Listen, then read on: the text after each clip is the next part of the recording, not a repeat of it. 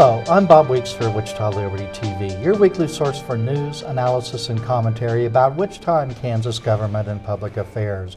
We're broadcast on Great Plains Television, that's channel 26.1, Sunday mornings at 8:30 and then again at 4 in the afternoon. We've got some new times on Saturdays too, so I'll just refer you to my website, The Voice for Liberty at wichitaliberty.org to look up those. And also at wichitaliberty.org you'll find show notes for today's episode, all the old episodes of Wichita Liberty TV, and all the content that I and others produce on nearly a daily basis. So today we have as our guest Dave Trabert, president of the Kansas Policy Institute, a position he's held since 2009. Kansas Policy Institute, I think, is our state's leading free market health tank. Well, our leading think tank, I want to say that, but certainly one that advocates for free market solutions, limited government, and the protection of personal freedom. This week marks the release of a new book authored by Dave titled What Was Really the Matter with the Kansas Tax Plan? The Undoing of a Good Idea, co-authored with Denidre Herbert, who was in that chair just 2 weeks ago. So first of all, Carl Peterjohn, welcome back, and after being gone for a couple weeks, and welcome Dave Trabert to Wichita Liberty TV.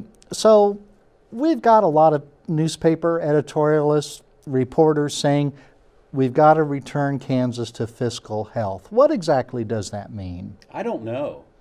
Because if they're talking about going back to the good old days, they're talking about going back to where we've been for 40 years with economic stagnation. Mm-hmm. One of the reasons that Kansas was looking at tax reform was that it was designed to help break away from decades of trailing the national average on private sector job growth, on GDP growth, consistently losing population on domestic migration. The trends have been there for a long time and they've been getting worse. So when they say go back to the good old days, I'm not sure what they're smoking. Exactly right, and we do remember, I mean, within my lifetime, I think Kansas used to have 6 representatives to the United States Congress. Now we have just 4, and we could be on the verge of losing another. Moving toward 3. And it's not because Kansas hasn't grown a little bit, it's just that many other states have grown faster than Kansas has, so that's it. They also talk about the health of the Kansas budget. That same Brownback ruined the health of the Kansas budget, which also ruined the Kansas economy. But really, the budget and the economy are really two distinct things. I mean, they're not entirely separate, but they are not the same. Is that right? It's right, and Bob, and they're two distinctly different things. Government spending doesn't drive the economy. Government spending comes from taking money from citizens and businesses. Mm-hmm. And so government spending is necessary, but it has a negative, not a positive, net benefit on economic growth. I mean, it's certainly spending is necessary. But yeah, Kansas had some serious budget challenges. Last spring, it was pretty obvious with the new liberal legislature that got elected that taxes were going to go back up. And so we said, we looked around and saw how Kansas had been used by many people opposed to letting citizens keep more of their hard-earned income. Kansas had been used as kind of the poster child for not cutting taxes. But the real question was North Carolina and Indiana and Tennessee had cut taxes successfally. So what was different about Kansas?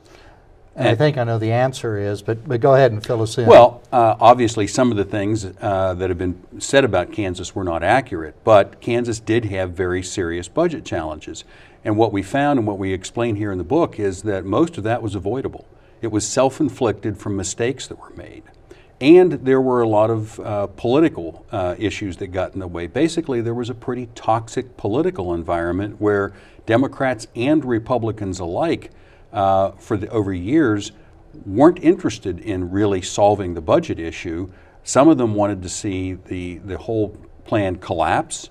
It was about power. Mm-hmm. Others knew that spending could be reduced, but weren't willing to. One Republican, when asked, well, why don't you guys just balance the budget by reducing the cost of government?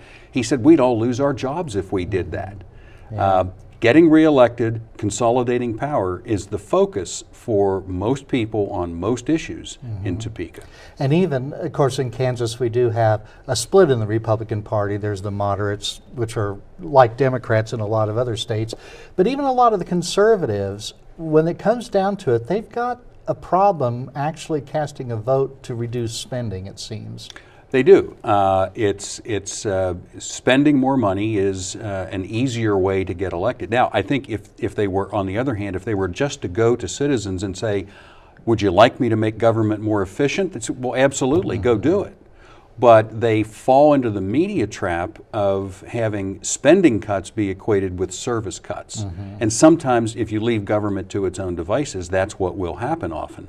But if you force the issue by reducing the cost of government, that's the secret to keeping taxes low. One of the things when the plan first was discussed, we had conservatives coming to us saying, look, we love the concept, but how are we going to run government on less money? And our research found that the secret to having low taxes is to have controlled spending. We found most recently the states that tax income spend 42% more per resident providing the same services as the states without an income tax. 42% more. That's really amazing. And I think a lot of people will say, well, they skimp on schools and so forth. But no, you look at, let's say, comparison of Texas and Kansas schools, and Kansas schools oftentimes fall short in the comparison, and Texas spends a lot less on its They schools. do, and I think the real litmus test there is you look at the domestic migration. The states with low taxes also have positive domestic migration. So people are making value judgments. Yeah. They're saying, this is a good value proposition. I like the quality of the service. I get low taxes. I have more employment opportunities. Yeah.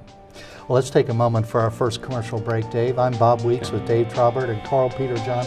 I know we'll ask the first question when we come back.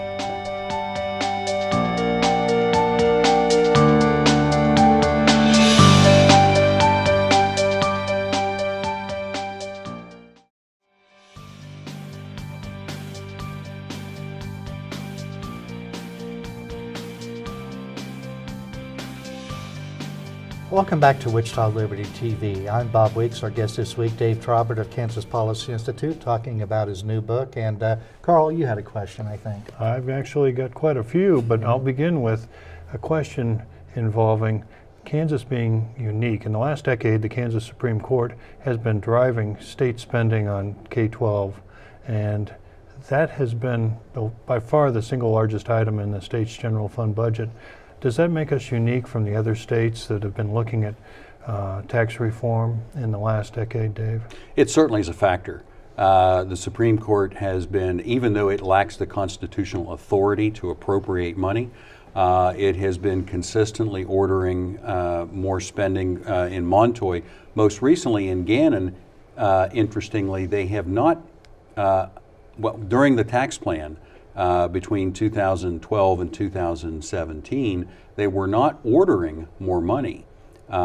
They said some of the funding was not equal and that one solution was to spend more money to equalize it, but they didn't have to. That was a legislative choice to spend more money.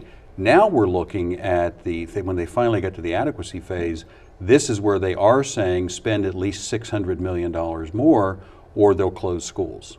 Well, we're looking at a study coming out in the middle of March. I think the legislature, at least from the budget side, is going to be on hold not only for that decision, but the final revenue estimate that comes out next month in April. Is this what's going to drive our next state budget?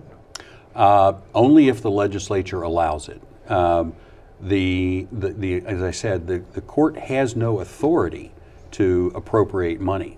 The appropriate response from the legislature should be to thank the court for its opinion and say we'll take it under advisement and then just go do what they want, because the court also is statutorily prohibited from closing schools.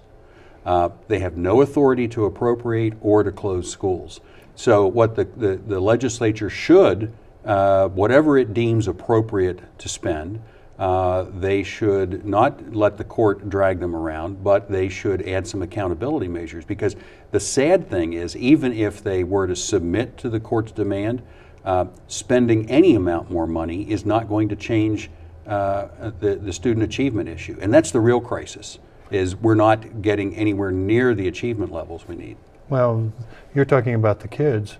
In Topeka, it's all about the money, and Right. you're seeing this whole thing driven by the earlier Montoy case in 2006, I think it was 2005, 2006. Right. Specifically laid out dollar amounts, and this was treated as the Holy Writ coming down from Mount Sinai, and the media said, okay, the courts have ordered this, so we must respond. And now we're back to becoming, in my view, Kansas is the high tax point on the prairie, and we're back to where we were prior to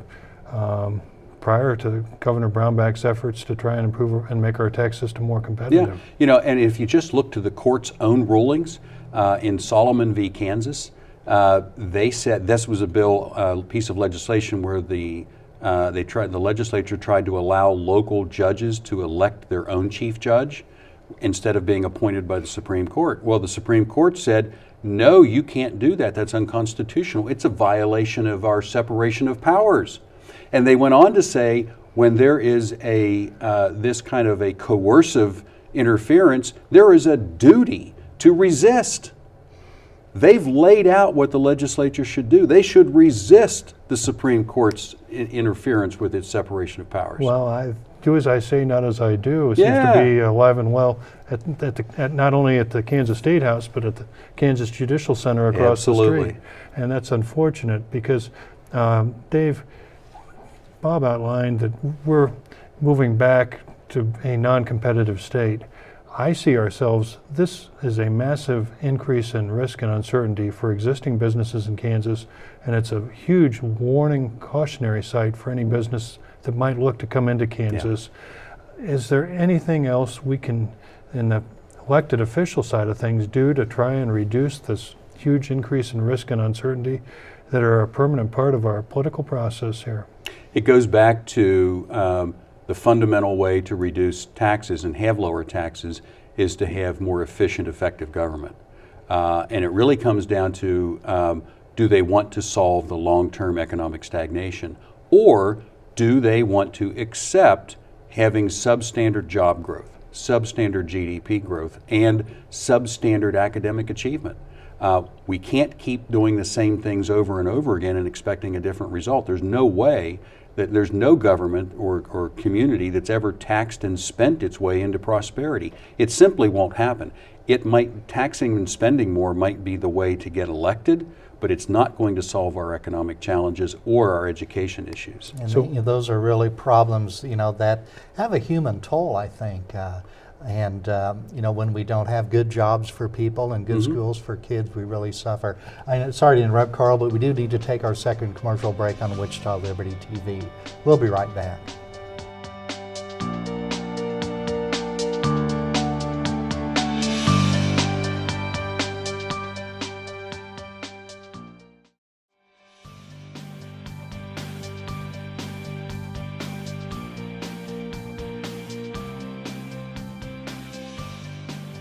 Well, welcome back to Wichita Liberty TV. I'm Bob Weeks, co-host Karl Peterjohn. Dave Trabert of Kansas Policy Institute talking about their new book about Kansas tax plan and what was really the matter. So one of the lessons learned in the book is don't cut revenue and increase spending, which is what Kansas did. And am I wrong, or did we just do that at the federal level also? We did.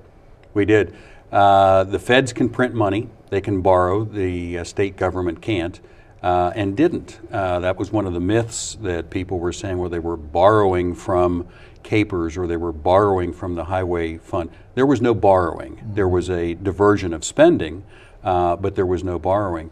That was one of the things. In fact, frankly, media helped spread the myth that the state budget had been devastated with draconian cuts and all kinds of horrible sounding adjectives. There had been some slowdown in the rate of growth, is that right? The rate of increase was less than it had been in the past, but still spending went up. And I mean, that's a basic fourth grade math problem.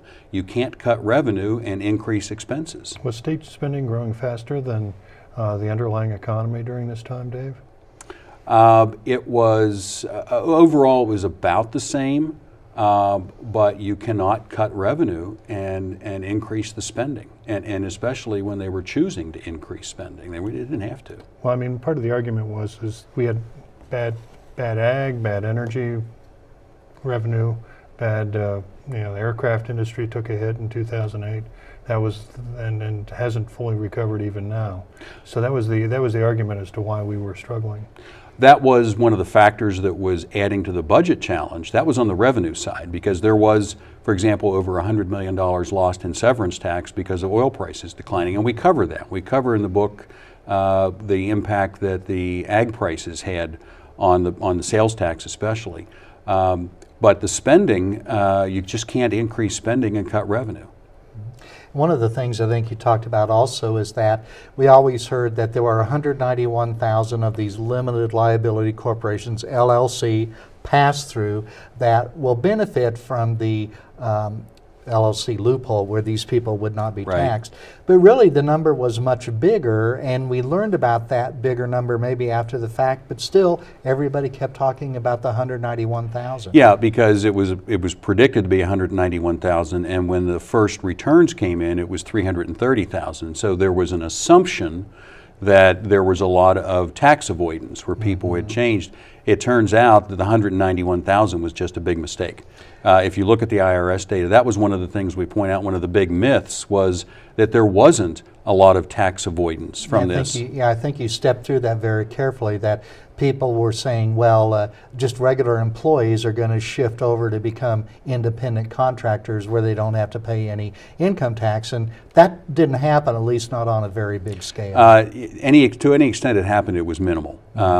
And whether you look at the IRS data, you look at the Department of Revenue data on C Corps converting to LLCs, or you simply look at, there was an independent study done, academic study, that attributed just $8 million of the revenue loss was attributed to any kind of tax avoidance. It was minimal. And you just mentioned C Corp, and what that is, I believe, is a traditional type of corporation where the corporation's income is taxed and then they distribute it to their shareholders or dividends Right. or whatever it is. That was not part of the tax reform in Kansas. That's tax stayed at about 6.5%, is it, I think? I think it's a in little the- over 7. Yeah, Over there's a $50,000. yeah over 50. It's 7% over Okay. 50,000. It's 4% for the first 50. And I we think. learned that the governor offered to reduce that rate to 0 if the corporations would give up all of their, I'm going to say, corporate welfare spending plans that are implemented through the tax code. Like Peak, for example, the recent announcement of Spirit in Wichita, I think the estimates are they're going to get about $25 million in Peak benefits from the new employees that they're hiring. So the corporations told the governor, no, we'll keep the corporate tax, but we'll also keep the welfare benefits too. Right.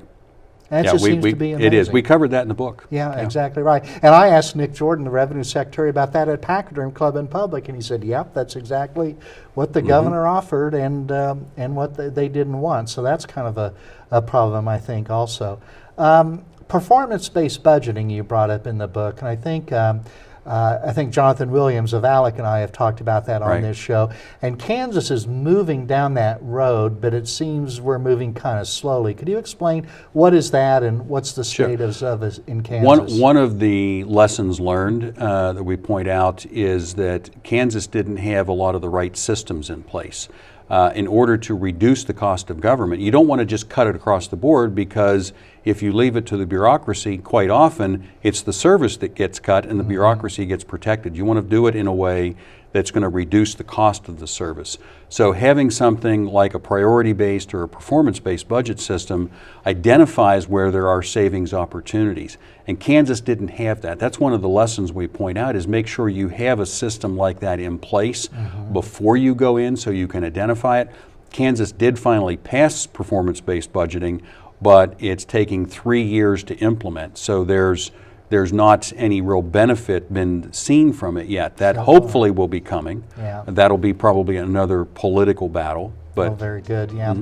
Let's take our last commercial break for today. We'll be back in just a moment.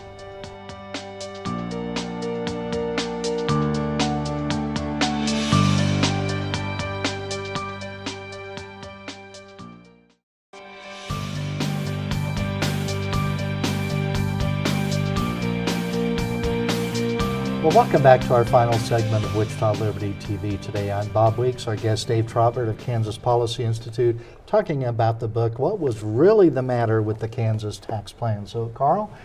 The question I'd like to throw out, the plan that was approved and signed into law was never supposed to have been enacted. It was basically a poison pill passage in the Kansas Senate. At that time, the moderates were in control of the Senate, and they didn't think that the governor would actually, that the House would approve it and then it would ever get to the governor's desk. How did that play in terms of what followed, in terms of the budget and the financial situation for Kansas going forward because of that political fact? Well, we cover that situation in the book, the kind of the soap opera behind the scenes things that were going on. There was almost a game of I dare you in loading up the bill on the Senate side.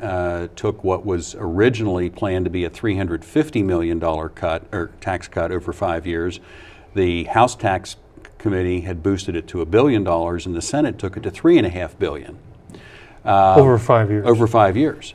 And so the governor signed it only to get it into conference. That's not obviously how much he wanted to cut taxes. The plan was to get it into conference where there had been some agreements to figure a way to have it be less costly. But people on the Senate side were not permitted to negotiate.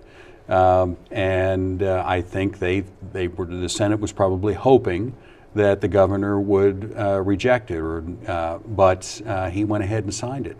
And so then we asked the governor, he sat for an interview for the book, and we asked him, so what was your plan? I mean, what was your plan to implement your original $350 million? And then what was it to take care of the $3.5 billion cut? And the short answer is there never was a plan. That was one of the huge problems with this. There was never a plan to say we will cut taxes by X amount and these are the things we'll do to balance the budget. There just never was a plan. And I think, if I'm thinking that people have been kind of critical of the governor and his staff for not really explaining this is why we need to do this, because we've not had the type of growth that other states have. And so we need to do these types of things, and maybe that message really didn't get out, did it? No, it didn't. It was very superficial, saying things like, which were true, if we reduce taxes, people will have more to spend, right, and we should be able to create more jobs, and that would happen, and to some extent did.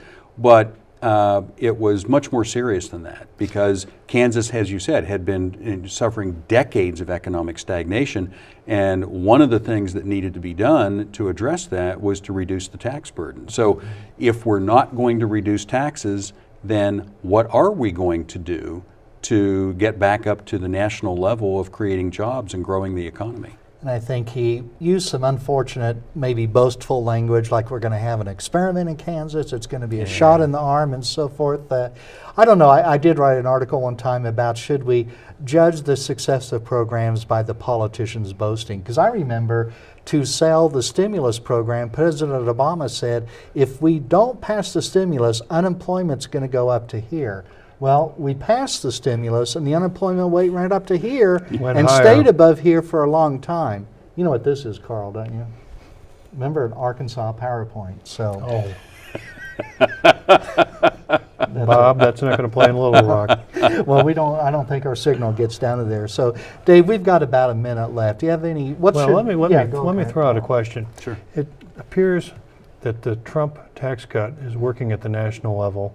And despite all the efforts by the opponents of the tax cut nationally to compare Kansas and saying Kansas failed, it looked like Kansas did not succeed, and it appears that the national tax cut plan that President Trump managed to get through Congress last year seems to be having some success. Can you explain why there's that difference? Sure.